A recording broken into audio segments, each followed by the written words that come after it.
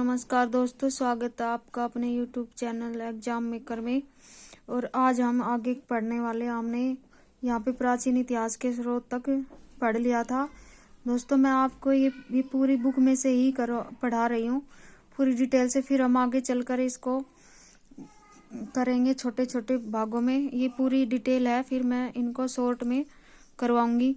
अभिलेख में अब आइए दोस्तों शुरू करते मेरे साथ। आज हम करेंगे अभिलेख में प्रयुक्त लिपियां। एग्जाम के हिसाब से ये सारे ही क्वेश्चन महत्वपूर्ण है। ये क्वेश्चन देखो, ब्राह्मी लिपि, अशोक के अधिकतर शिलालेख ब्राह्मी लिपि में किस में लिखे गए हैं? ब्राह्मी लिपि में लिखे गए हैं। यह लिपि बाएं से दाएं लिखी जाती है। ये क्वेश्चन भी पूछा हुआ है, बाएं से दाएं कौन अशोक की लिपि किस में लिखी गई है? किस उससे लिखी गई है? बाएं से दाएं में लिखी जाती थी। फिर हमारी खरोष्टी लिपि, अशोक के कुछ शिलालेख खरोष्टी लिपि में है जो दाएं से बाएं, ये क्या है? उल्टी है, दाएं से बाएं। ये कंफ्यूज करने वाला क्वेश्चन है। अशोक की ब्राह्मी लिपि, अशोक के अधिकतर शिलालेख कैसे लिखे गए? बाएं से दाएं। और खरोष्टी लिपि लिखी गई है दाएं से बाएं। फिर हमारी यूनानी एवं आरमेइक लिपि, ये किसके? पाकिस्तान और अफगानिस्तान में अशोक के शिलालेखों में इन लिपियों का प्रयोग हुआ है। कहाँ हुआ है? पाकिस्तान और अफगानिस्तान में।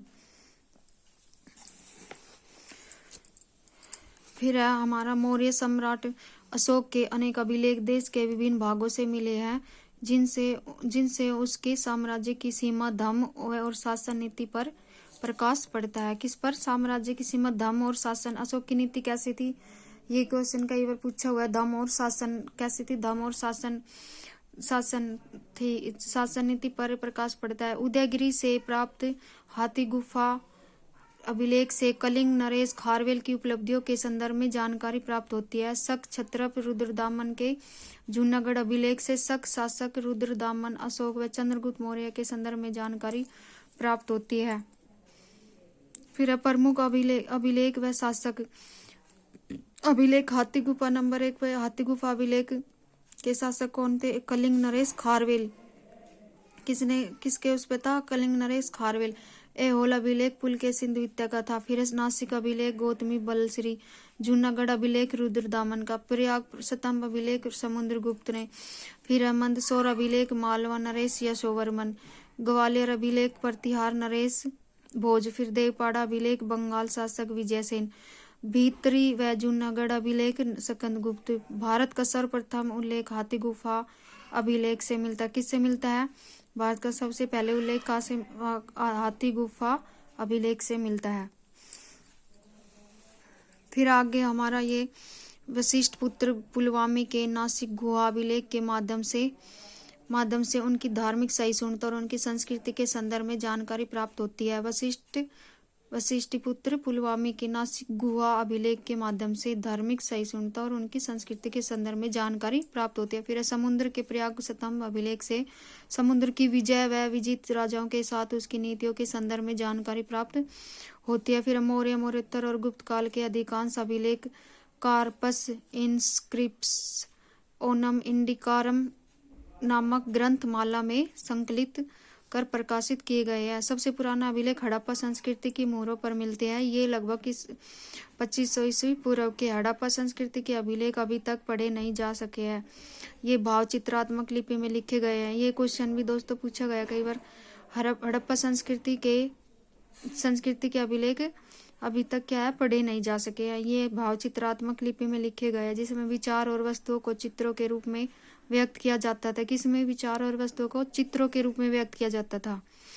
फिर सबसे पुराना अभिलेख जो पढ़े जा चुके हैं वे ईसा पूर्व 3री सदी के अशोक के शिलालेख है। किसके? अशोक के। इन अभिलेखों को पढ़ने में सर्वप्रथम सन 1837 में जेम्स प्रिंसेप को सफलता मिली थी। किसको मिली थी?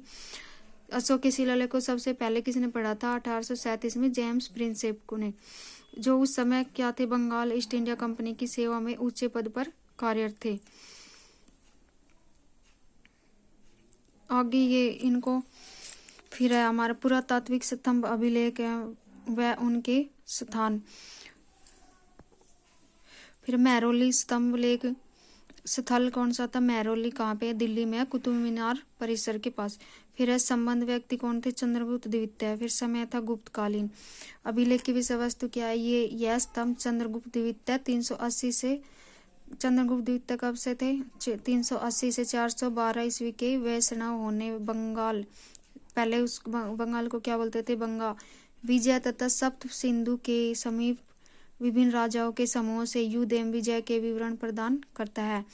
मूलतः यह स्तंभ विष्णुपद पहाड़ी पर स्थापित था, जिसे बाद में दिल्ली के किसी शासक द्वारा यहाँ स्थापित करवाया गया था। क्या कहाँ पे था ये? विष्णुपद पहाड़ी पर, फिर किसी दिल्ली के किसी शासक द्वारा यहाँ स्थापित करवाया गया। फिर दूसरे नंबर पर प्रयाग प्रशस्ति स्तंभ अभिलेख। इसमें प्रयागराज स्थल कहाँ पे है? ये कहाँ पे? प्रयागराज का यूपी में। और फिर है संबंध था किससे? समुद्रगुप्त से। किससे था? समुद्रगुप्त से। फिर है गुप्त काल, समय क्या था? गुप्तकालीन था। फिर इसमें पढ़ते आइए, देख अभिलेख की विषय वस्तु क्या थी? संस्कृत में रचित यह प्रशिष्ट मूलतः एक अशोक स्तंभ पर अंकित है। किस पर? अशोक स्तंभ पर अंकित है, जो समुद्रगुप्त द्वारा 200 ईस्वी पूर्व में कौशाम्बी से प्रयाग लाया गया था। कौशाम्बी से प्रयाग लाया गया था। इस पर समुद्रगुप्त के दरबारी कवि हरिसेन ने काव्यात्मक शैली में समुद्रगुप्त के वंश परिचय, उसकी विजय व राज्य विस्तार का वर्णन किया है। फिर हमारा तीसरे नंबर पर बौद्ध स्तंभ अभिलेख।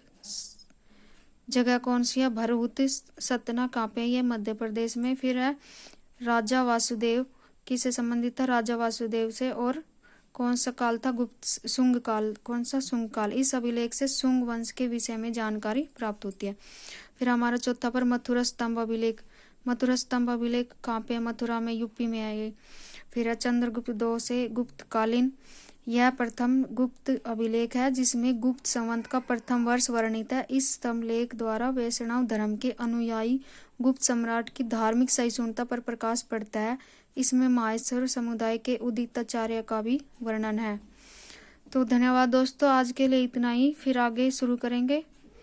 धन्यवाद।